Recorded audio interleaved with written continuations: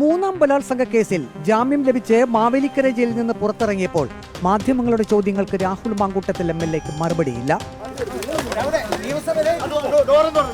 18 ദിവസമായി ജയിൽവാസം. എന്തെങ്കിലും പറയാനുണ്ടോ? കുടിക്കാണോ?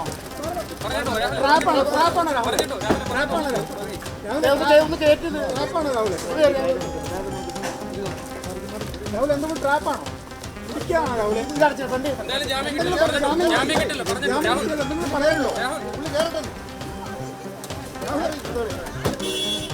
മാവേലിക്കര ജയിലിൽ നിന്നും പത്തനംതിട്ട അടൂർ നെല്ലിമുകളിലെ വീട്ടിലേക്കാണ് രാഹുൽ മാങ്കൂട്ടത്തിൽ MLA എത്തിയത്.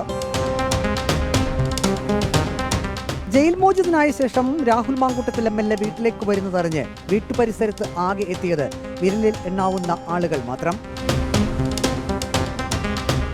വൻ പോലീസ് സന്നാഹവും വീട്ടുപരിസരത്തുണ്ടായിരുന്നു. യൂത്ത് കോൺഗ്രസ് സംസ്ഥാന general secretary Rino P Rajan drive ചെയ്ത കാറിലാണ് രാഹുൽ മാങ്കൂട്ടത്തിൽ MLA വീട്ടിലേക്ക് എത്തിയത്. റിപ്പോർട്ടർ, പത്തനംതിട്ട.